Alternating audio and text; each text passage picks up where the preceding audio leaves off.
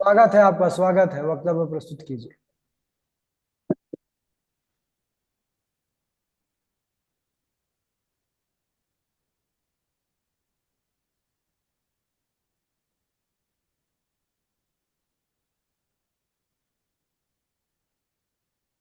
स्वस्ति श्री गणेशाय नमः।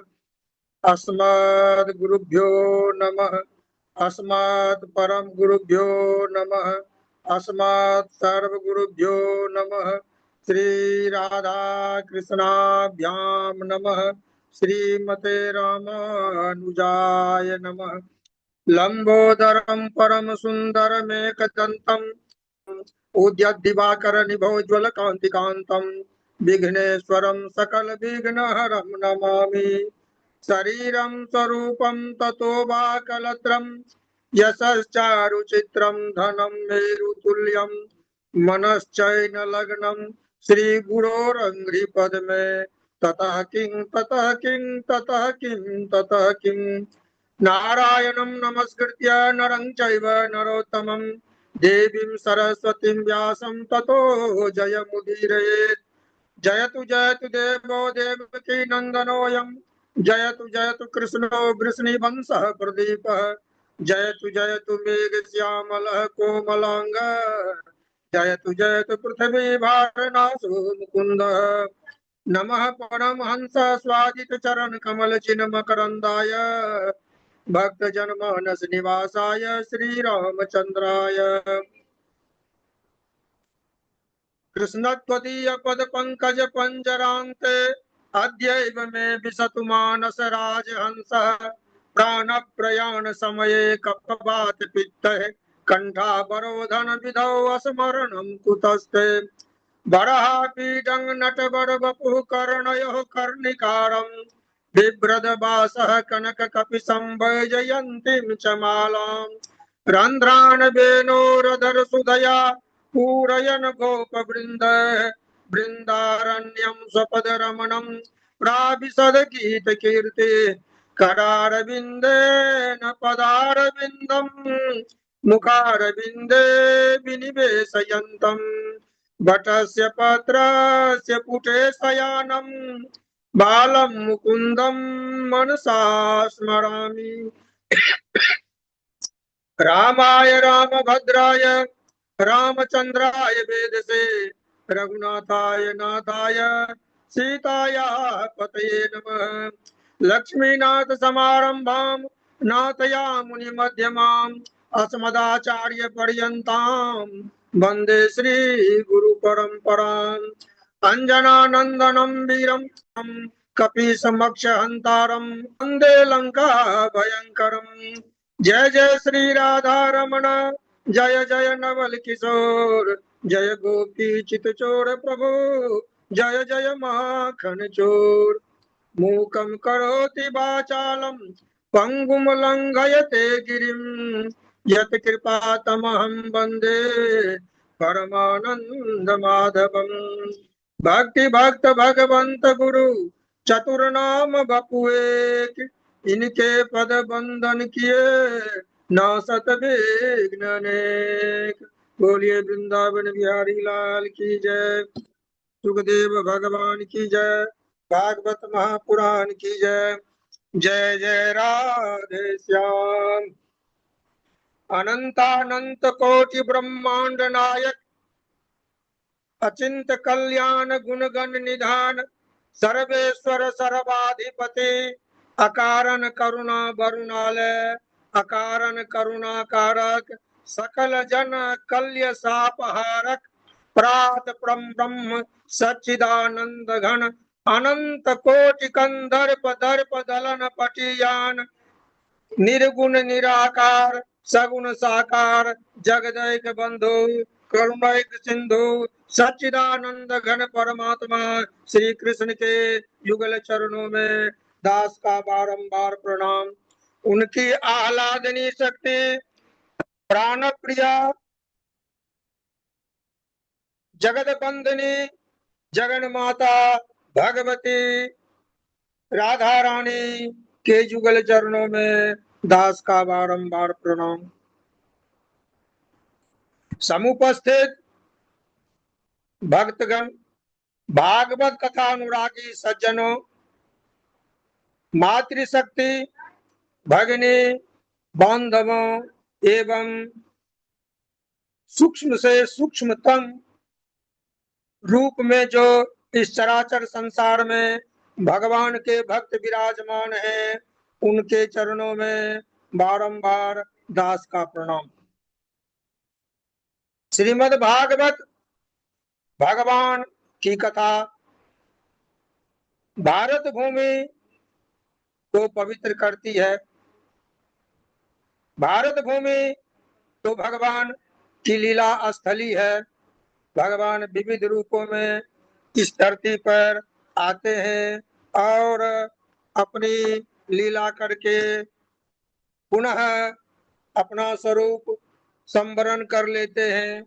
उसी प्रकार भगवान की जो महिमा है और भगवान की जो कथा है, तो भगवान की कथा में भगवान की महिमा का ही वर्णन है, उनके कार्यों का वर्णन किया गया है। उन्होंने इस संसार में अवतार लेकर के जन कल्याण के लिए, कली के दोष को मिटाने के लिए अनगिनत कार्य किए हैं। उनके कार्यों का हम स्मरण करके, ध्यान करके उनके चरणों की वंदना करते हैं। तो भगवान के जो विविध अवतार हैं, उन अवतारों में एक बहुत ही प्रसिद्ध अवतार है भगवान का वामन अवतार। भगवान वामन का स्वरूप धारण किए, अर्थात गौना रूप धारण किए। क्यों धारण किए, किस और धारण करके उन्होंने क्या किया, तो इस कथा के माध्यम से हम जानते हैं कि अच्छे कार्यों को करने से किसी को रोकना नहीं चाहिए। कोई भी लोग जो अच्छे कार्य करते हैं, उनके अच्छे कार्यों में व्यवधान देने वाले स्वकुशल नहीं रहते हैं। इस कथा के माध्यम से यह शिक्षा मिलती है कि दाता कोई और है, याचक कोई और है, और बीच में अकारण जो टांग अड़ाते हैं, दान देने में बाधा पहुंचाते हैं, उनकी दुर्गति हुई है, जो यह कथा चरितार्थ करती है। तो इस कथा का क्रम है, देवता लोग और असुर लोग दोनों सौतेले भाई हैं। कभी देवताओं का पलड़ा भारी रहता है तो कभी असुरों का पलड़ा भारी रहता है। दोनों तो सौतेले भाई हैं, माँ अलग अलग है लेकिन पिता तो एक ही है, जिसके चलते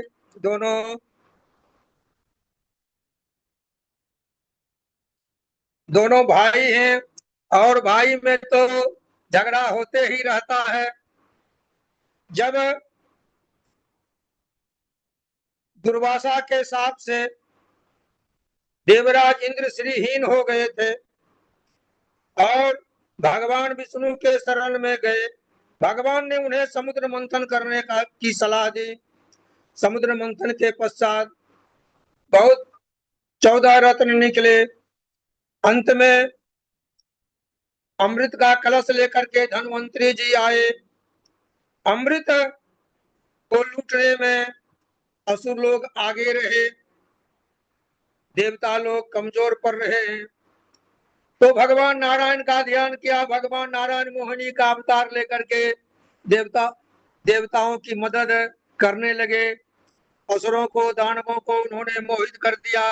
दानव लोग उनके मुंह में आ गए और भगवान ने मोहिनी का अवतार लेकर के अमृत का वितरण किया, देवताओं को अमृत पिला दिया। बोलिए मोहिनी भगवान की जय। और मोहिनी भगवान ने जब देवताओं को अमृत पिला दिया, धोखे से एक असुर ने भी पी लिया, लेकिन भगवान का जो सुदर्शन चक्र है वह तो आदेश पाते ही उसको धर से अलग कर दिया, जो राहु और केतु हैं। और ये जो अमृत वितरण हो गया, असुरों का लगा कि भगवान ने देवताओं ने हमारे साथ छल किया है, और सभी असुर अपने राजा बलि के नेतृत्व में इंद्र इंद्र के लोग अमरावतीपुरी पर आक्रमण कर देते हैं। संजोग है कि देवता लोग अमृत पी चुके थे और उसके पास एक वज्र भी है। उस वज्र के प्रभाव से उन्होंने बलि को मूर्छित किया। बलि अचेत हुए, मृत प्राय हो गए, यानी उनके शरीर से प्राण निकल गए। लेकिन असुरों ने उनके मृत शरीर को उठा करके अपने गुरु आचार्य शुक्राचार्य के पास ले गए, और शुक्राचार्य तो संजीवनी विद्या के ज्ञाता हैं। उन्होंने अपनी विद्या के बल पर पुनः महाराज बलि को जीवित कर दिया।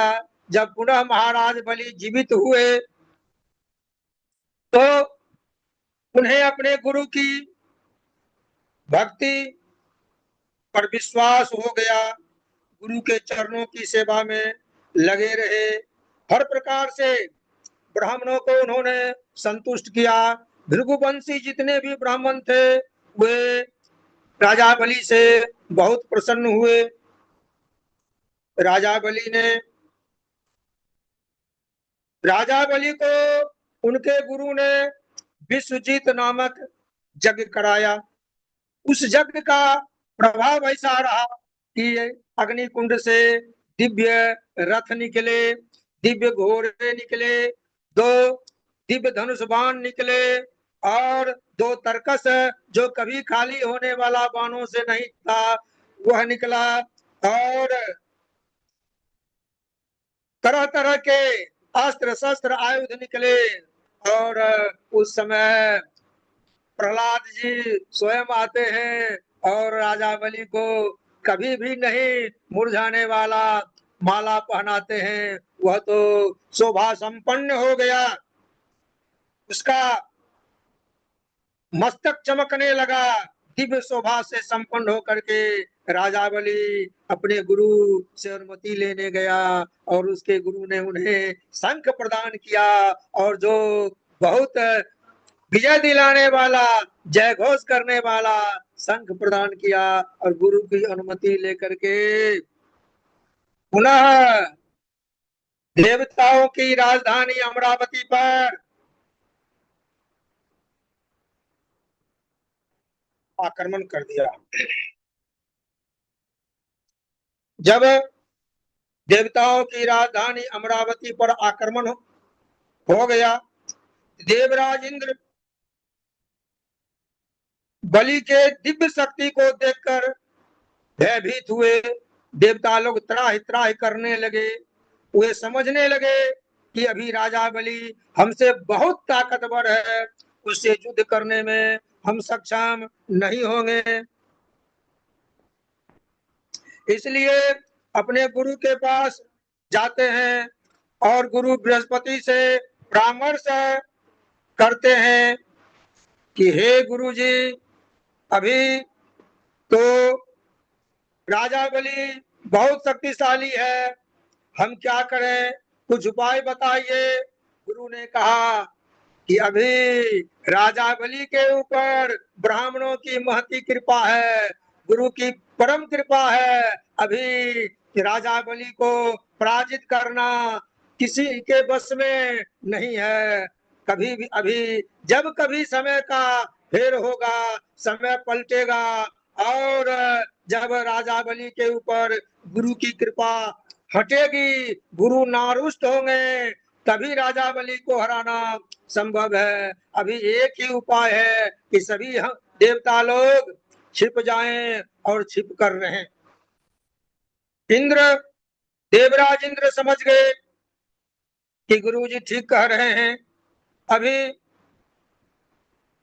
विश्वजीत यज्ञ के प्रभाव से दिव्य रथ को पा करके, दिव्य धनुष को पा करके दैत्यराज बलि बहुत बलशाली है, उसे हराना संभव नहीं है। इस भय से सभी देवता लोग अपना रूप बदल करके छिप गए। अब जब देवता लोग छिप गए तब पुनः दैत्यराज बलि अपने गुरु के पास पहुंचे। गुरु ने कहा अब तो तुम त्रिलोकी का सम्राट हो गया है।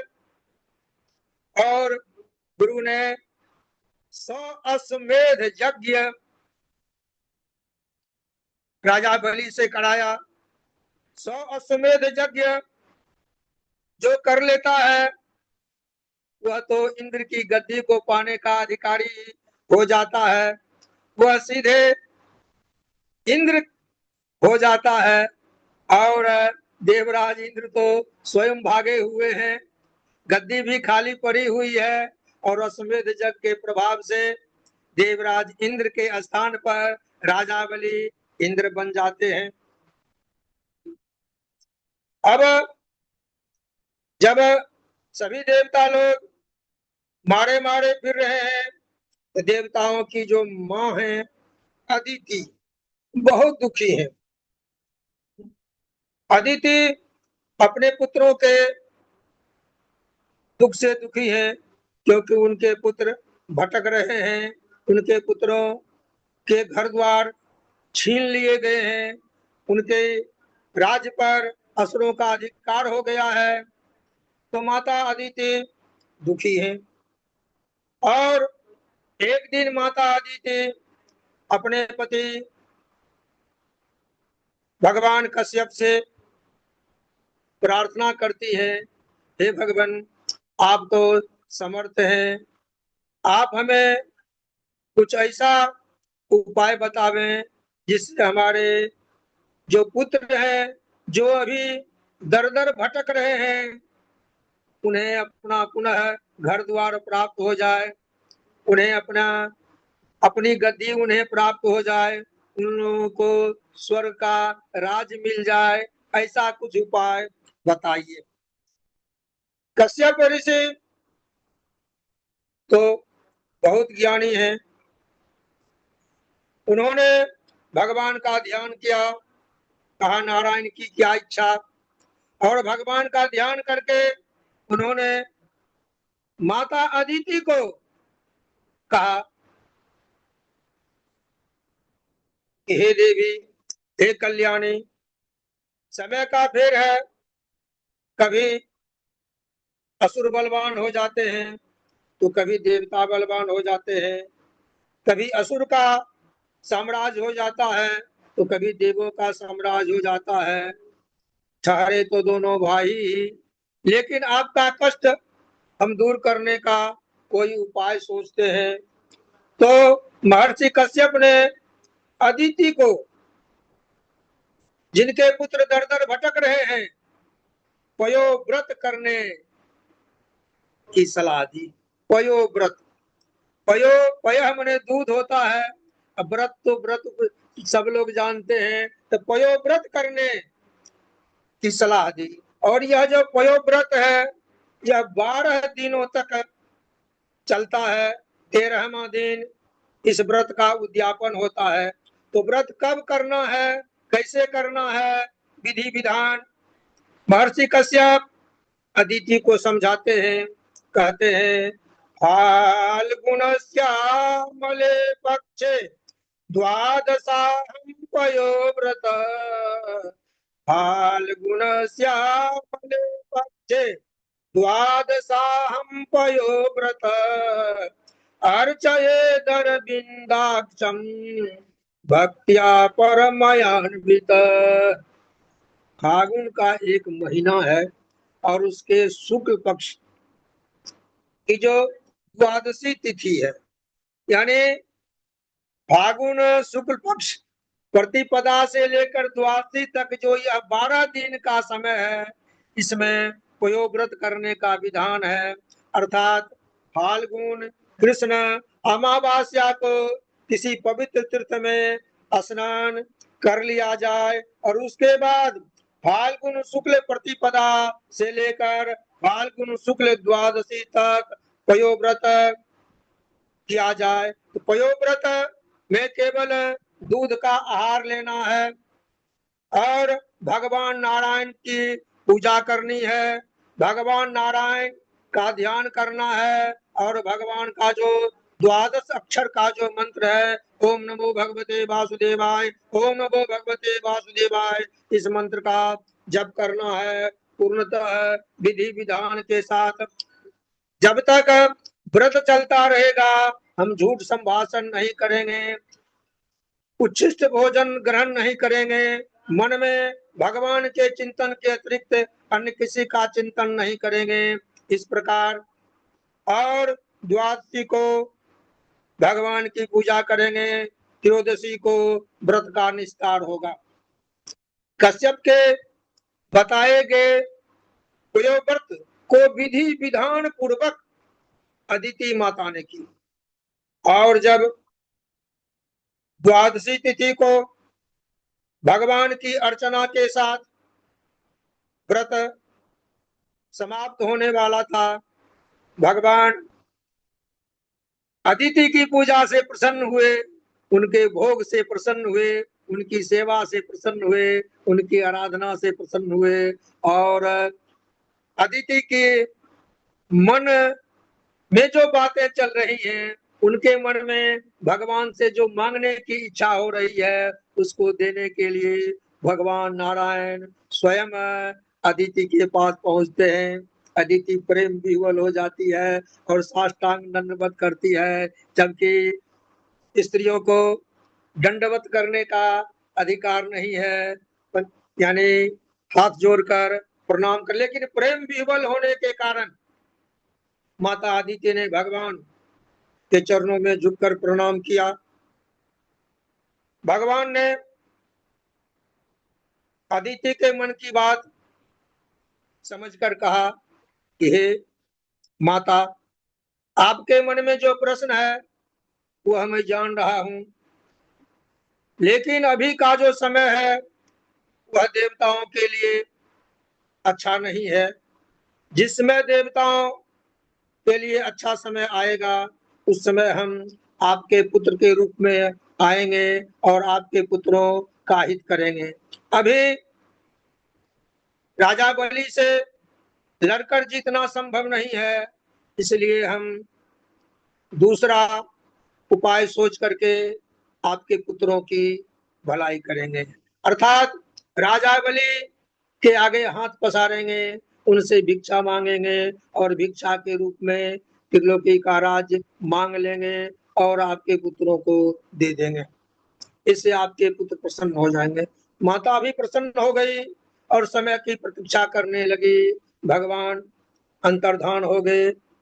पुनः जब समय आया तो अदिति ने गर्भ धारण किया और भगवान कश्यप के आशीर्वाद से उन्हें एक पुत्र हुआ, अर्थात भगवान स्वयं अवतरित हो गए चतुर्भुज रूप में, लेकिन उन्होंने कहा था कि मैं पुत्र के रूप में आऊंगा, इसलिए चतुर्भुज रूप में प्रकट होने के तुरंत बाद ही वे एक छोटा शिशु के रूप में बदल गए, एकदम 52 अंगुल का गात शरीर हो गया, अर्थात एकदम छोटा सा बउआ बन करके भगवान माता आदित्य के सामने उपस्थित हो गए। और जो ही भगवान का अवतरण हुआ, दुदुम्बियां बजने लगी, ढोल मृदंग बजने लगे, जितने ऋषि महर्षि हैं सब प्रसन्न हो गए। देवता लोग जो छिपे हुए हैं वे भी हर्षित होने लगे कि भगवान आ गए, अब मेरा कार्य बनेगा। जब भगवान शिशु के रूप में आ गए, महर्षि कश्यप ने उनका जात कर्म संस्कार किया। समय आने पर उनका उपनयन संस्कार हुआ। स्वयं माता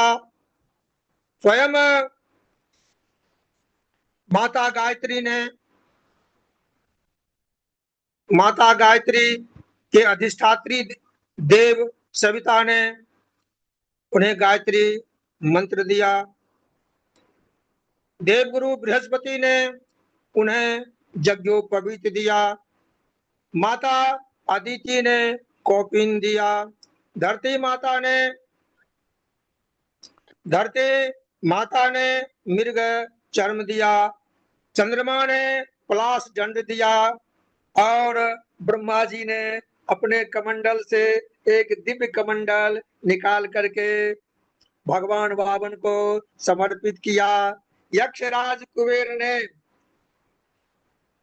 भिक्षा पात्र प्रदान किया और उस भिक्षा पात्र में जगदम्बा माता भगवती भवानी कात्यायनी ने, अन्नपूर्णा माता ने भगवान वामन के भिक्षा पात्र में भिक्षा प्रदान की। प्रायः यज्ञोपवीत में भिक्षाटन की परंपरा है और भिक्षा में जो कुछ प्राप्त होता है वह अपने गुरु को समर्पित किया जाता है। और जब भगवान ने भिक्षा प्राप्त की, माता अन्नपूर्णा ने भगवान को भिक्षा दी, तो भगवान ने गुरु जी को भिक्षा समर्पित किया। तो गुरु जी ने कहा, यह छोटी मोटी भिक्षा से कुछ नहीं होने वाला है, आप जाइए राजा बलि के यहाँ और त्रिलोकी की भिक्षा लेकर आइए, तब हम प्रसन्न होंगे। उसी समय भगवान निकल गए।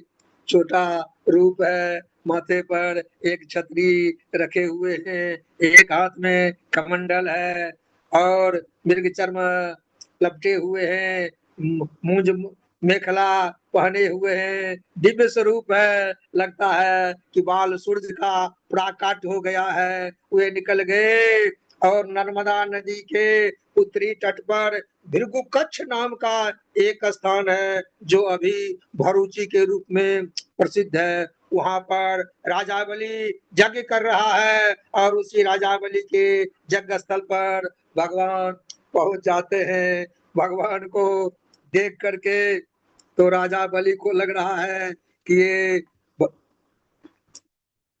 ये जो दिव्य बालक की तरह लग रहे हैं, ये तो लग रहा है कि ये निश्चित रूप से भगवान सूर्य है, भगवान चंद्रमा है।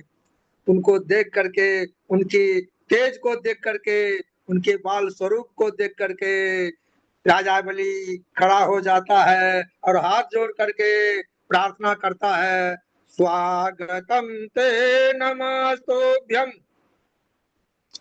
ब्रह्मण किम करवाम ते ब्रह्मर्षि नाम तपः साक्षात् मन्ये त्वार्य वपुर्धरम्।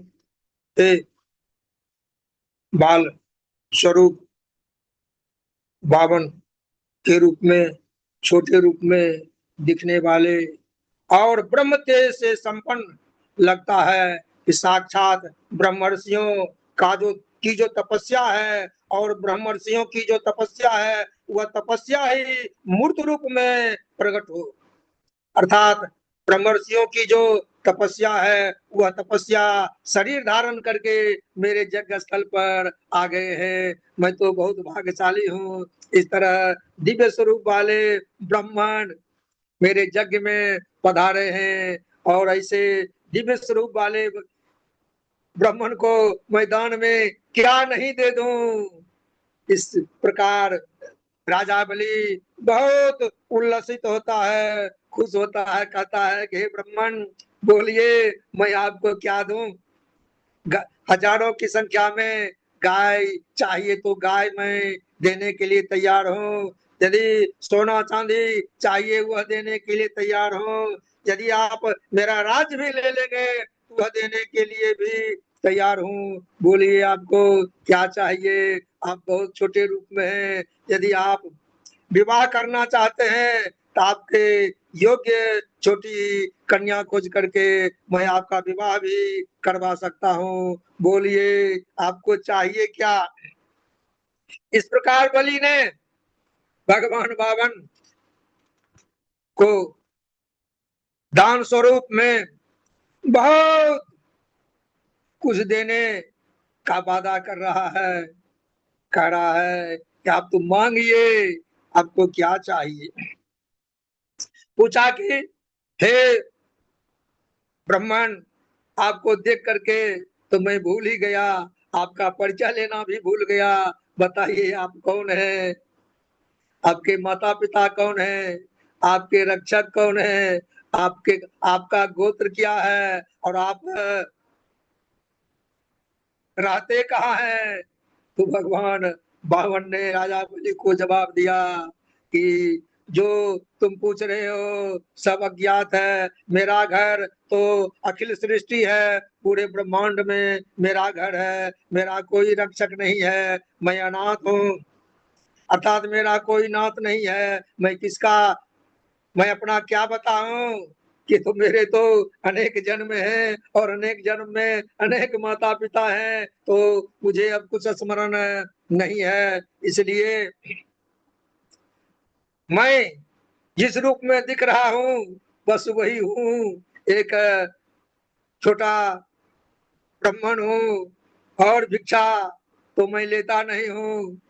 लेकिन तुम तो इतने उदार हो, लगता है कि तुम्हारे पूर्वज जितने उदार थे, जितने बड़े दानी थे, उससे भी ज्यादा दानी, उससे भी ज्यादा उदार तुम लग रहे हो।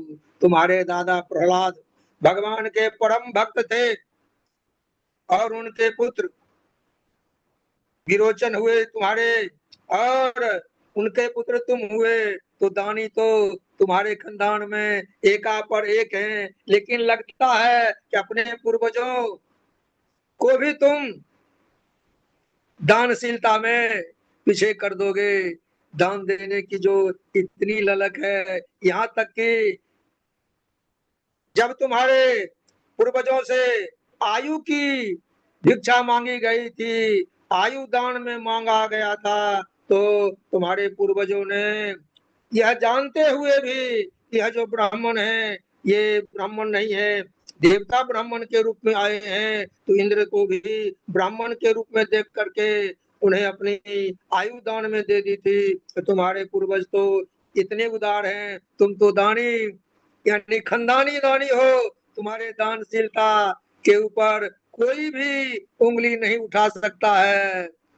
जब भगवान ने राजा बलि की प्रशंसा का पुल बांधना शुरू किया, तो राजा बलि बहुत प्रसन्न हुआ, कहा कि बोलिए महाराज, बोलिए, आपको क्या दूं, क्या मैं आपका अभिष्ट करूं, जल्दी बोलिए।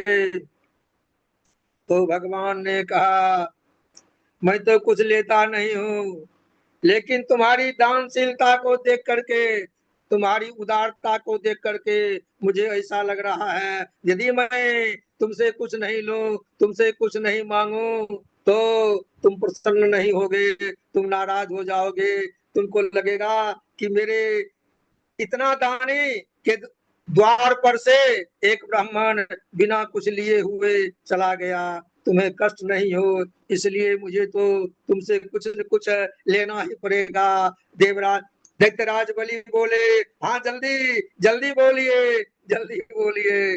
तो उन्होंने कहा कि मुझे कुछ नहीं चाहिए। क्या चाहिए? 3 पग भूमि चाहिए, क्योंकि 3 पग भूमि में हम हवन कुंड बनाएंगे, उससे अधिक मुझे नहीं चाहिए। और वह जो 3 पग भूमि है वह हम अपने पैर से नाप कर लेंगे, किसी दूसरे के पैर से नाप कर नहीं लेंगे। धृतराज बलि ठहाका मार कर हंसने लगा, ये तो स्वयं छोटे हैं और इनके जो पैर हैं वे छोटे छोटे हैं। तो कहते हैं कि हे हे ब्राह्मण, हे देवता, राजा बलि के यहाँ जो एक बार मांग लेता है उसको दोबारा मांगना कहीं नहीं पड़ता है। एक एक बार कर याचना बलि राजा के द्वार, फिर कोई द्विज जाचक नहीं करे और की आस। एक बार जब राजा बलि के यहाँ से दान में याचक प्राप्त कर लेते हैं तो वे याचक नहीं रहते, वे तो दाता बन जाते हैं, क्योंकि उनके पास इतना धन संपत्ति हो जाता है, वो फिर भिखारी नहीं रहते, वे दूसरों को दान देते रहते हैं। इसलिए बोलिए, सोचिए, बार बार राजा बलि भगवान को कह रहे हैं कि एक बार और अवसर हम दे रहे हैं, सोच लीजिए राजा बलि। की बात को सुन करके भगवान मने मन मुस्कुराते हैं कि अवसर आ गया है। उन्होंने कहा नहीं, मुझे केवल 3 पग भूमि, और वह भी मैं अपने पग से, अपने चरण से नाप कर लूंगा, और दूसरों के द्वारा नापी गई भूमि मैं नहीं लूंगा। अब वहां यज्ञ हो रहा था, यज्ञ में मंत्र पढ़ा जा रहा था। इदम विष्णु विचक्र में त्रेधा निदे पदम समूढ़मस्य, मंत्र का उच्चारण हो रहा था। उस समय दैत्यों के गुरु शुक्राचार्य ने इस मंत्र पर ध्यान दिया, इदम विष्णु विचक्र में। उसने ध्यान किया कि बात क्या है, यह तो छोटा बच्चा की तरह लग रहा है, तेजस्वी है, और मात्र 3 पग भूमि ही लेना चाह रहा है, वो भी अपने पग से, अपने चरण से।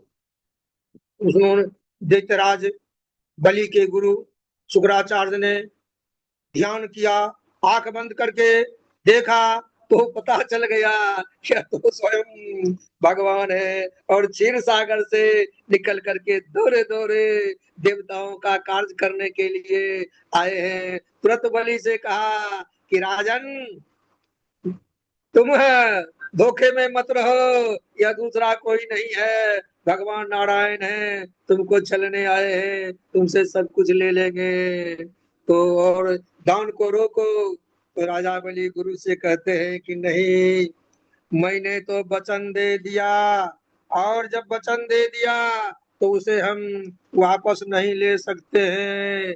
नहीं असत्यात परो धर्म इति होवाच भूरियम सर्वम सोढ़ुमलम। अर्थात मैं सब कुछ सहन कर सकता हूँ, लेकिन असत्य सहन नहीं कर सकता। मैं अपने ऊपर झूठ बोलने का दोष नहीं ले सकता। मैं जो वचन दे दिया उसे मुकर नहीं सकता। राजा बलि को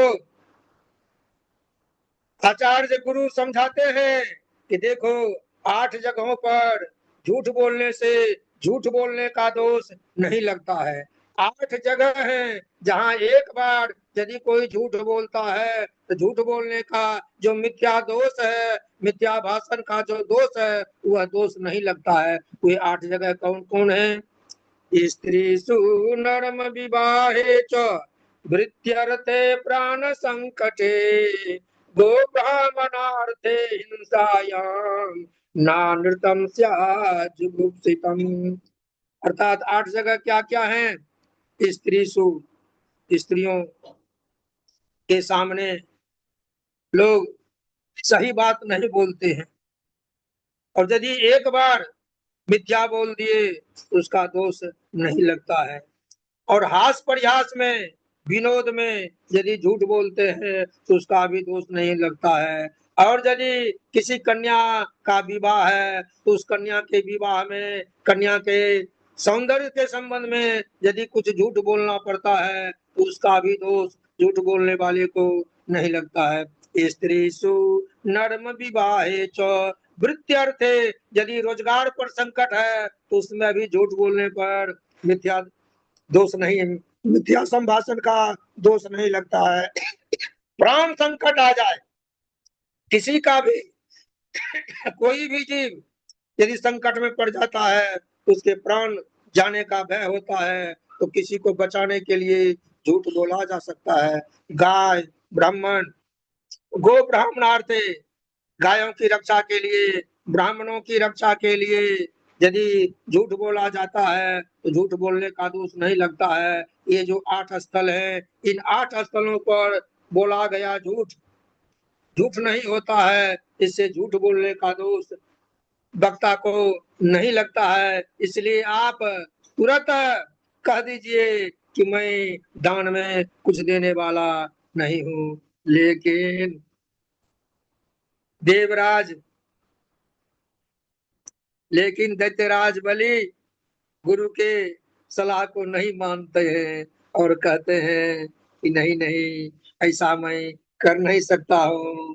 तो गुरु बिगड़ जाते हैं, कहते हैं दृढ़ पंडित मानज्ञो, अपने को बहुत बड़ा विद्वान तुम समझ रहा है कि गुरु के की सलाह को भी दरकिनार कर रहा है, अर्थात तुम्हारे लिए मेरे कथन का कोई महत्व नहीं है, जाओ तुम श्री से, राजश्री से भ्रष्ट हो जाओगे, अर्थात गुरु का शाप भी मिल गया। तो जिस तरह से संजोग से देवगुरु बृहस्पति ने देवताओं को कहा था कि अभी असुरों पर गुरु महाराज प्रसन्न हैं, जब कभी गुरु महाराज नाराज हो जाएंगे तो मौका मिल जाएगा। तो गुरु नाराज हो गए। किस पर नाराज हो गए? दैत्यराज बलि पर नाराज हो गए। क्यों नाराज हो गए? क्योंकि गुरु की बात दैत्यराज बलि ने ठुकरा दी। दैत्यराज बलि ने कहा कि नहीं, मैं दान देने का वचन दिया है, अब मैं पीछे नहीं हटूंगा, मैं दान दूंगा ही। तुरंत बावन भगवान ने कहा कि पानी जल मंगाओ। तो दैत्यराज बलि की पत्नी कलश में जल लेकर आई और तुरंत मंत्र पढ़ाने लगे। जो ही संकल्प का मंत्र पढ़ाने लगे, क्योंकि दान से पहले यदि संकल्प करा लिया जाता है तो दाता भाग नहीं सकता है दान देने से। और जो ही संकल्प में मंत्र पढ़ने लगा, उस समय क्या हुआ कि वह जो कल जल गिर नहीं रहा है, और जब तक जल नीचे नहीं गिरेगा तब तक दान होगा नहीं।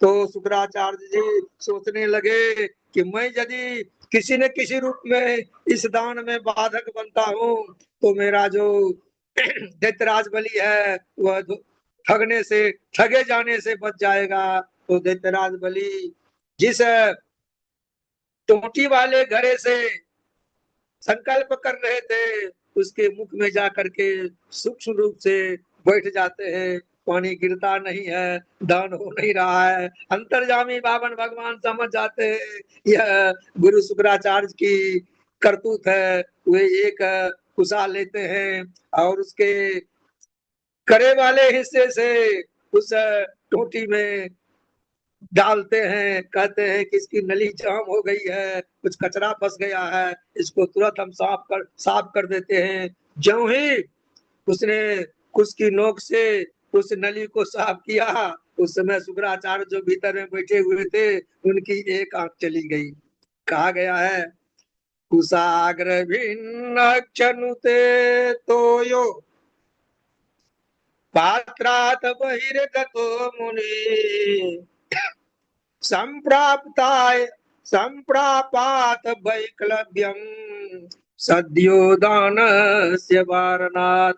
तो कहा गया है, यदि कोई दान दे रहा है और दान देने में कोई बाधा पहुंचा रहा है, उसकी वही दशा होगी जो दशा दैत्य गुरु शुक्राचार्य की हुई। एक आंख से उन्हें हाथ धोना पड़ा। इस प्रकार जब टोटी साफ हो गया, जल गिर गया और दान हो गया, जब ही दान हो गया उस समय भगवान ने अपना रूप बढ़ाया, वामन से विराट हो गए। एक पग में ही धरती और ब्रह्मलोक को नाप लिया। जब ही एक पग में धरती नाप ली, दूसरे पग में ब्रह्मलोक नाप लिया। जब भगवान बावन का पर ब्रह्मलोक में गया तो ब्रह्मा जी ने भगवान के चरण का प्रक्षालन किया और उस जल को कमंडल में रख लिया। वही जल पद नख नीर जनित जन पावन, वही गंगा माता है, वही जल गंगा का जल है। तो भगवान के पैर को धो करके ब्रह्मा जी ने रख लिया, 2 पग नाप लिया। और बावन अवतार में एक अद्भुत कार्य है। संकल्प जब होता है और दान में जो जमीन दी जाती है उसकी परिसीमन करने के लिए मन के वेग से ऋक्षराज जामवान दौड़ते हैं और भगवान के चरण जिधर से घूम रहे हैं, ऋक्षा जामवान चक्कर लगा करके परिक्रमा करके दान को सत्यापित कर रहे हैं। भगवान बोलते हैं, दैत्यराज बलि अब बताओ, 2 पग में ही पृथ्वी लोक स्वर्ग लोक नाप लिया गया, अब तीसरा पग मैं कहाँ रखूं? तुम संकल्प लेकर के अब दान कहाँ से दोगे? अब तो तुम्हें नरक जाना पड़ेगा। भगवान ने तुरंत वरुण पास में बांध लिया। कहा कि तुम्हारा जो वचन है वह खाली रहेगा, इसलिए तुम नरक के भागी हो। तो दैत्यराज बलि ने कहा, हे भगवान, आप ये बताइए कि दान की वस्तु बड़ी होती है या दान देने वाला बड़ा होता है। तो भगवान ने कहा कि दान देने वाला बड़ा होता है। दैत्यराज बलि ने कहा, जब मेरा आपने सब कुछ ले ही लिया, तब आप मुझको किस लिए छोड़ते हैं? इस दास को भी आप ग्रहण कीजिए और मेरे माथे पर अपना तीसरा चरण रखिए और मुझे असत संभाषण के दोष से, अर्थात संकल्प लेकर के जो मैं तीसरे पग के लिए जगह नहीं दे रहा था, तो वह जगह भी हम दे रहे हैं। तो जो पदम तृतीयम, तीसरा पद जो है मेरे माथे पर रखिए और मुझे भी कृतार्थ कर दीजिए। भगवान ने दैत्यराज बलि के मस्तक पर अपना चरण रखा और दैत्यराज बलि के साथ साथ त्रिलोकी को दान में, भिक्षा में ले लिया। तो बहुत सुंदर कहा गया है कि दान देने वाला तो महत्वपूर्ण है ही, साथ साथ दान लेने वाला भी कम महत्वपूर्ण नहीं है। जो दान लेने वाला है वह तो साक्षात ब्रह्म परमात्मा है। राजा बलि को दान में उन्होंने सब कुछ ले लिया और जामवन में दौड़ करके परिसीमन भी कर लिया और भगवान ने त्रिलोकी का राज बलि से लेकर के देवराज इंद्र को दे दिया, क्योंकि उनका अवतार तो इसीलिए हुआ था। और जब दैत्यराज बलि भगवान के चरण के नीचे हैं, तो दैत्यराज बलि के दादा प्रहलाद जी आते हैं और कहते हैं, हे भगवान, आपको नमस्कार है। आपने राजा बलि को ऐश्वर्य दिया, यह बहुत अच्छी बात हुई, लेकिन दे करके आपने पुनः वापस ले लिया, यह तो उससे भी अच्छी बात हुई, क्योंकि आपने दिया और आपने ले लिया, तो इससे बढ़कर और क्या हो सकता है। तो भगवान ने कहा कि दानी के रूप में तुम्हारा जो खानदान है वह तो सर्वोपरि है। आज तक तुम्हारे खानदान को दानशीलता के नाम पर कोई झुटला नहीं सकता है, इससे आगे कोई हो नहीं सकता है। भगवान ने बलि से कहा कि हे बलि, दैत्यराज बलि, मैं तुम पर प्रसन्न हूँ, कुछ मुझसे भी ले लो। दैत्यराज बलि ने कहा कि हे भगवान, मैं आपसे अब क्या मांगूंगा, मैं तो आपको सब कुछ दे दिया। भगवान ने कहा, तुम्हें सुतल लोक का राज मैंने प्रदान कर दिया, तुम पाताल लोक के राजा हो, वहां के इंद्र हो, और कुछ यदि मांगना चाहते हो तो मांगो। तो दैत्यराज बलि प्रसन्न हुआ और कहा कि हे भगवान, जब मैं महल से निकलूं उस समय मुझे आपका दर्शन हो, और जब मैं महल में घुसूं उस समय भी आपका दर्शन हो, इसके अतिरिक्त हमें और कुछ नहीं चाहिए। तो भगवान ने कहा, एव मस्तु। भगवान ने कहा, अरे तुमने तो मुझे अपने गेट पर, फाटक पर पहरेदार बना लिया, क्योंकि निकलने के समय भी तुम मेरा दर्शन करोगे और प्रवेश करने के समय भी मेरा दर्शन करोगे। तुम कब निकलोगे और कब आओगे यह तो तुम्हारे ऊपर निर्भर करता है। मुझे तो तुम्हारे महल के आगे तो 24 घंटा खड़ा रहना पड़ेगा। इसलिए भगवान बावन द्वारपाल के रूप में दैत्यराज बलि के सुतल लोक में पहरा देने लगे। तो बोलिए, भक्त भगवान की जय, बावन भगवान की जय, परम दानी दैत्यराज बलि की जय। जय जय सीताराम, जय जय राधे श्याम, जय जय राधे श्याम। गुरु के चरणों में मैं इस भक्त को समर्पित करता हूँ। बोलिए, वृंदावन बिहारी लाल की जय, सुखदेव भगवान की जय, भागवत महापुराण की जय, श्रोता समाज की जय, सब भक्तन की जय, सब संतन की जय। जय जय श्री राधे, जय जय श्री राधे। चलिए, हमारे आज के जो वक्ता हैं व्यास जी हैं, झा जी की भी जय हो। बहुत बढ़िया से, बड़ा ही सुंदर तरीके से पूरे कथा को श्रवण कराया है सबको। सब बड़े प्रसन्न हैं। ठाकुर जी की कृपा बनी रहे और ऐसे ही आप सुंदर भाव में प्रस्तुत से सबको लाभान्वित करते रहे। बहुत आनंद आया। गुरु जी की कृपा है। बहुत अच्छा। राधे राधे प्रभु जी, राधे राधे। राधे राधे राधे राधे राधे राधे। जय हो बहुत जय बहुत बहुत बढ़िया, बहुत बहुत आनंद आया, बहुत आनंद आया। हो।